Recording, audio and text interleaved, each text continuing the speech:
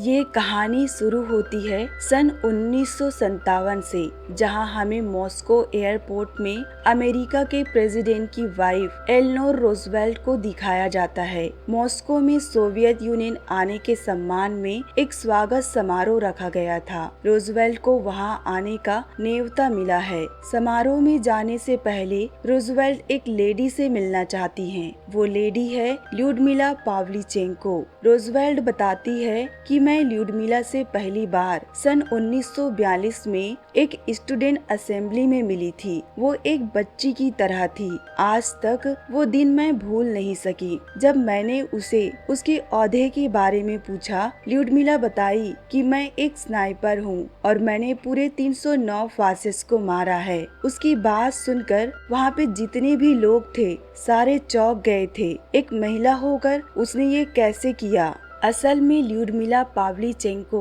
रूस की रहने वाली है। उसका जन्म 1916 में हुआ था। ल्यूडमिला की माँ एक इंग्लिश टीचर थी और उनके पिता एक आर्मी ऑफिसर थे। ल्यूडमिला ने सन 1937 में कीव स्टेट यूनिवर्सिटी से एंट्रेंस एग्जाम पास किया था। वो इससे बहुत खुश थी और वो इस खुशी को अपने पिता के साथ सेलिब्रेट करना चाहती है। ल्यूडमिला के पिता उससे प्यार तो करते थे, लेकिन उसे हमेशा से एक बेटा चाहिए था जो उसकी तरह आर्मी ज्वाइन करे। वो ल्यूडमिला की खुशी में न आने का बहाना करते हैं। इससे ल्यूडमिला अपने पिता से नाराज हो जाती है और अपने फ्रेंड के साथ शूटिंग रेंज में चली जाती है, जहां शूटिंग प्रैक्टिस किया जाता है। ल्यूडमिला तय करती है कि वो भी अपने दोस्तों के साथ शूटिंग कंपटीशन में हिस्सा लेगी। उसने पहली बार अपने हाथ में बंदूक पकड़ा था। जब वो फायर करती है, उसके निशाने सीधे पॉइंट पर लग रहे थे। ल्यूडमिला के सारे निशाने बिल्कुल अचूक थे।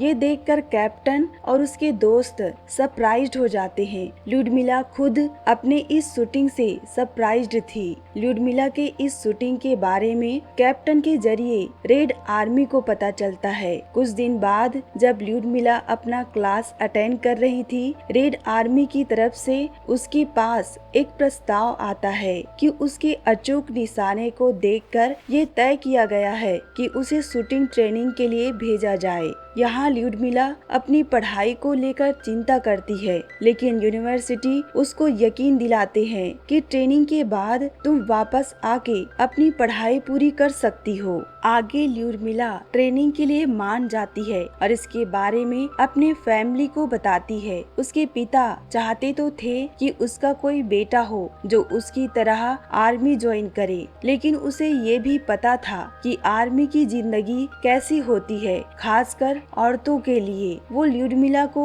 वहाँ जाने के लिए मना करते हैं, लेकिन ल्यूडमिला की माँ उसे मना लेती है। आगे हमें सन 1941 में ओडेसा सिटी को दिखाया जाता है, जहाँ ल्यूडमिला अपनी शूटिंग ट्रेनिंग कंप्लीट करके अपनी आगे की पढ़ाई पूरी कर रही थी। एक दिन ल्यूडमिला अपनी फ्रेंड सोनिया और मासा के साथ छुट्टी मनाने के लिए बीच पर गई थी। वहाँ पे उसकी मुलाकात डॉक्टर बोरिस से होती है, जो उसकी फ्रेंड सोनिया का भाई था। सोनिया ने जानबूझकर ल्यूडमिला को बोरिस से मिलवाया था। वो चाहती थी कि ल्यूडमिला बोरिस से शादी कर ले, और ठीक वैसे ही हुआ। बोरिस और ल्यूडमिला पहली मुलाकात में ही एक दूसरे को पसंद करने लग गए थे। एक दिन बोरिस ल्यूडमिला को अपने माता पिता से मिलवाता है। ल्यूडमिला उसकी फैमिली से मिलकर काफी खुश है। बोरिस के माता पिता भी ल्यूडमिला को काफी पसंद कर रहे थे। वो शादी की बात कर ही रहे थे कि वहाँ एक लेडी आती है और रेडियो चालू करती है, जिसमें बताया जा रहा था कि जर्मनी ने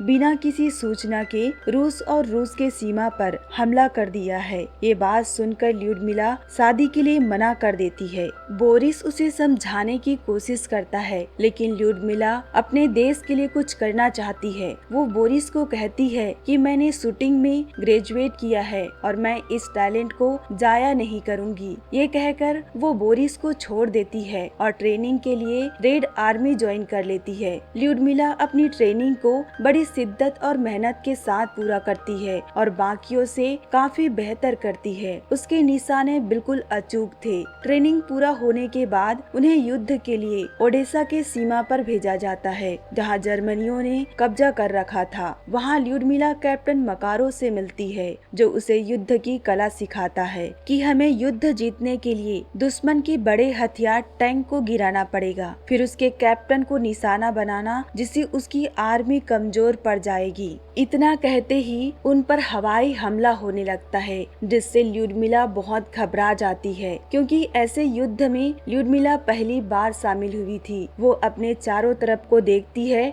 जिसमें उनके कई साथी मारे जा चुके थे और कई घायल थे। ल्यूडमिला अपने आप को संभालती है और कैप्टन के कहे अनुसार सबसे पहले टैंक को निशाना लगाती है और फिर एक एक करके सारे दुश्मन को मारते जाती है और उसका अगला निशाना सीधे उनके कैप्टन को जाकर लगता है, जिससे जर्मन सेना टूट जाता है। ल्यूडमिला की वजह से उनकी सेना ये युद्ध जीत चुके थे। अगले दिन इस जीत के लिए ल्यूडमिला को इनाम में एक बंदूक दिया जाता है, जिससे वो बहुत खुश होती है। वही उसकी दोस्त मासा उससे मिलने आती है। असल में वो एक नर्स है और वहीं रुककर काम करने वाली है। इससे ल्यूडमिला बहुत खुश होती है, क्योंकि उसे अब यहाँ पे एक दोस्त मिल गया था। इसी तरह यहाँ पे उसे कई दिन हो जाते हैं। ल्यूडमिला दुश्मनों को गिन गिन कर मार रही थी। इसी बीच एक दिन मासा का बॉयफ्रेंड उससे मिलने आता है। उसके साथ उसका एक दोस्त भी था, जो ल्यूडमिला को पसंद करता था, लेकिन ल्यूडमिला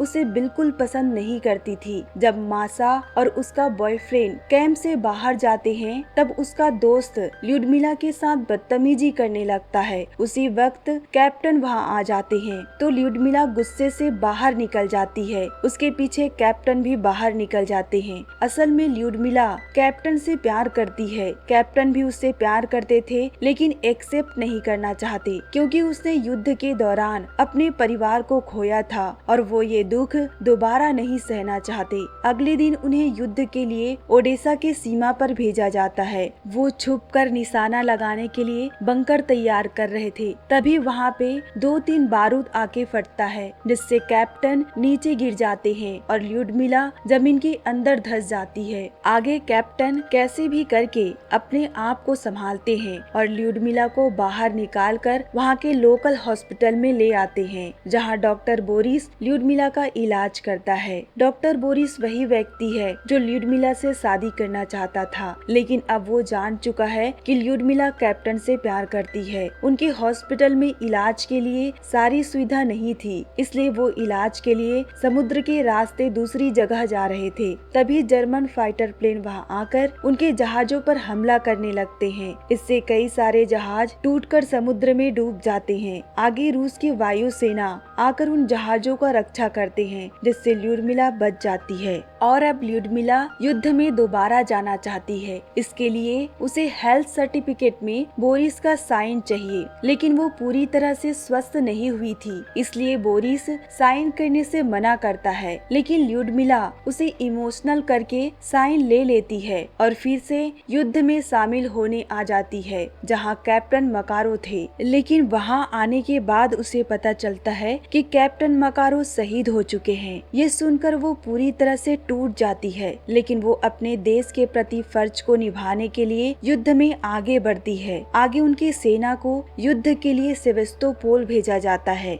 जहां ल्यूडमिला की मुलाकात स्नाइपर लियोनिड से होती है। दोनों मिलकर कई महीने इस बीहड़ जंगल में दुश्मनों को मार गिराते हैं। शुरू में इनका रिश्ता कुछ अच्छा नहीं था, लेकिन जैसे जैसे दिन बीतते गए दोनों में अच्छी दोस्ती हो गई। आगे हमें एक क्रिसमस पार्टी को दिखाया जाता है, जो शहर के बीच हो रहा था। वहाँ पे कुछ लड़के ल्यूडमिला से बदतमीजी करने लगते हैं। तभी लियोनिड वहाँ आके उन लड़कों को मुक्के मारकर भगा देता है और ल्यूडमिला से अपने प्यार का इजहार करता है। ल्यूडमिला उस वक्त कुछ नहीं बोल पाई, क्योंकि मकारो को खोने का जख्म अभी भरा नहीं था। कुछ दिन बीतने के बाद उसे अपने प्यार का एहसास हो जाता है और वो लियोनिड के साथ खुश रहने लगती है और दोनों मिलकर कई दुश्मनों को मार गिराते हैं। अब जर्मनी की सेना को ल्यूडमिला का खौफ हो चुका था। वो ल्यूडमिला का नाम सुन के ही डर जाते हैं, क्योंकि ल्यूडमिला का निशाना एकदम अचूक था। एक दिन मासा ल्यूडमिला को बताती है कि जिससे वो शादी करने वाली थी वो शहीद हो गया है। मासा अंदर से बिल्कुल टूट गई थी, क्योंकि वो एक परिवार बसाना चाहती थी। इस युद्ध में कई परिवार के सदस्य मारे जा चुके थे। ये सब देखकर ल्यूडमिला लियोनिड से एक बच्चा चाहती है, लेकिन लियोनिड लियोनिड उसका कोई जवाब नहीं देता। ल्यूडमिला भी समझ गई थी कि युद्ध के चलते हम अपना परिवार नहीं बसा सकते। इस तरह सेवेस्तोपोल में युद्ध को चलते कई महीने बीत जाते हैं। सन 1942 में एक दिन ल्यूडमिला और लियोनिड सेवेस्तोपोल के जंगल में दुश्मनों को ढूंढ रहे थे, जहां जर्मनियों ने लैंड माइन बिछा रखा था। ये दोनों उससे अनजान थे। आगे लियोनिड का पैर लैंड माइन पर पड़ जाता है, जिससे वो एक एक करके फटने लगता है। दोनों वहाँ से भागने की कोशिश करते हैं, लेकिन ल्यूडमिला के पास एक लैंड माइन फटने वाला था, जिससे लियोनिड देख लेता है और ल्यूडमिला को बचाने के लिए उसके ऊपर कूद जाता है, जिससे लियोनिड पूरी तरह से जख्मी हो गया था। ल्यूडमिला भी काफी जख्मी हो गई थी, लेकिन फिर भी लियोनिड को कंधे पे उठाकर कैंप तक लाती है और मदद के लिए चिल्लाते चिल्लाते बेहोश हो जाती है। जब उसका होश आता है, वो डॉक्टर बोरिस को देखती है। वो तुरंत लियोनिड के बारे में पूछती है। बोरिस बताता है कि लियोनिड शहीद हो चुका है। ये बात सुनकर ल्यूडमिला अंदर से पूरी तरह से टूट जाती है और वो आगे इस युद्ध में नहीं जाना चाहती। उसने इस युद्ध में 2 बार अपने प्यार को खोया है। उसी वक्त वहाँ पे कुछ रशियन सैनिक आते हैं जो ल्यूडमिला का फोटो लेना चाहते हैं। असल में जर्मन सेना को ल्यूडमिला का खौफ था और इस हमले के बाद उन्हें लगता था कि ल्यूडमिला मारी गई है। उस खौफ को कायम रखने के लिए फोटो लेना जरूरी था, लेकिन डॉक्टर बोरिस फोटो लेने के लिए मना करते हैं क्योंकि ल्यूडमिला की हालत अच्छी नहीं थी। लेकिन उन ऑफिसर के पास पावर था। वो बोरिस को धमकाकर ल्यूडमिला को फोटो के लिए तैयार करते हैं और फोटो के दौरान उसे मुस्कुराने कहते हैं, लेकिन वो अंदर से टूट चुकी थी। उसके आँख से आंसू बह रहे थे। आगे ल्यूडमिला ऑफिसर से कहती है कि वो अब युद्ध में नहीं जाएंगी। ऑफिसर उसे बताते हैं कि जर्मन का एक स्नाइपर है, जिसे नहीं मारा गया तो वो हमारे जमीन को कब्जा लेंगे। तुम्हें ये लियोनिड के लिए करना होगा।